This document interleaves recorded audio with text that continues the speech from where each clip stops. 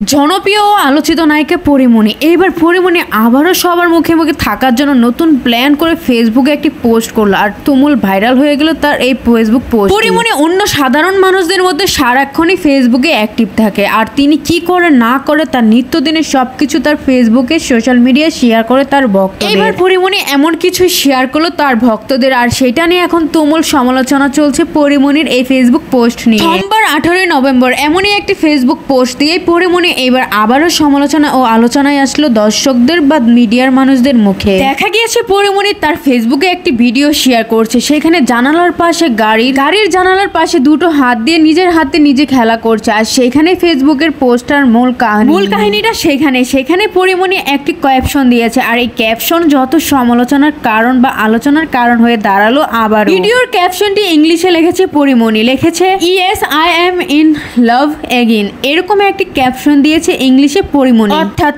এর বাংলা মিনিং হচ্ছে আমি আবারও প্রেমে পড়েছি। এই পোস্টে কেউ কেউ অভিনন্দন জানাচ্ছে পরিমণিকে, আবার কেউ কেউ অনেক মজা নিচ্ছে। আর ফেসবুকে সবসময় পরিমণি দেখবেন মজার কোনো কিছু হলে কমেন্ট বক্সটা অফ করে রাখে, এবারও তিনি এমনটাই করলো।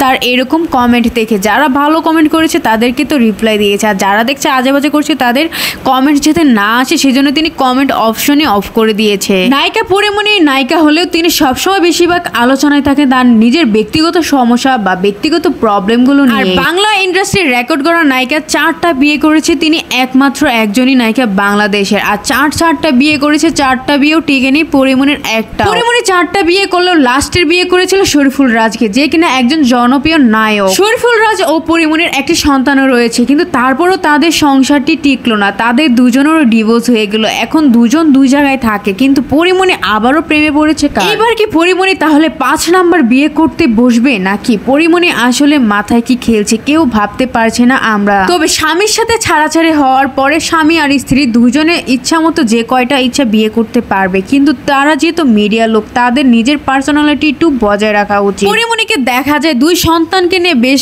ফুরফুরা মেজাজে আছে, কিন্তু এর মধ্যেও তো একটা হাজবেন্ডেরও প্রয়োজন আছে। হয়তোবা পরিমণি আরেকটা বিয়ের কথা ভাবছে তার সন্তানদের বাবার কথা ভেবে। তো ভিউয়ার্স, আপনাদের এখানে কোনো মতামত থাকলে অবশ্যই কমেন্ট করে জানাবেন। আর হ্যাঁ, আমার চ্যানেলে যদি প্রথমবার হয়ে থাকেন একটা সাবস্ক্রাইব করে রাখবেন নেক্সট আরও ভিডিও পেতে চাইলে। ধন্যবাদ।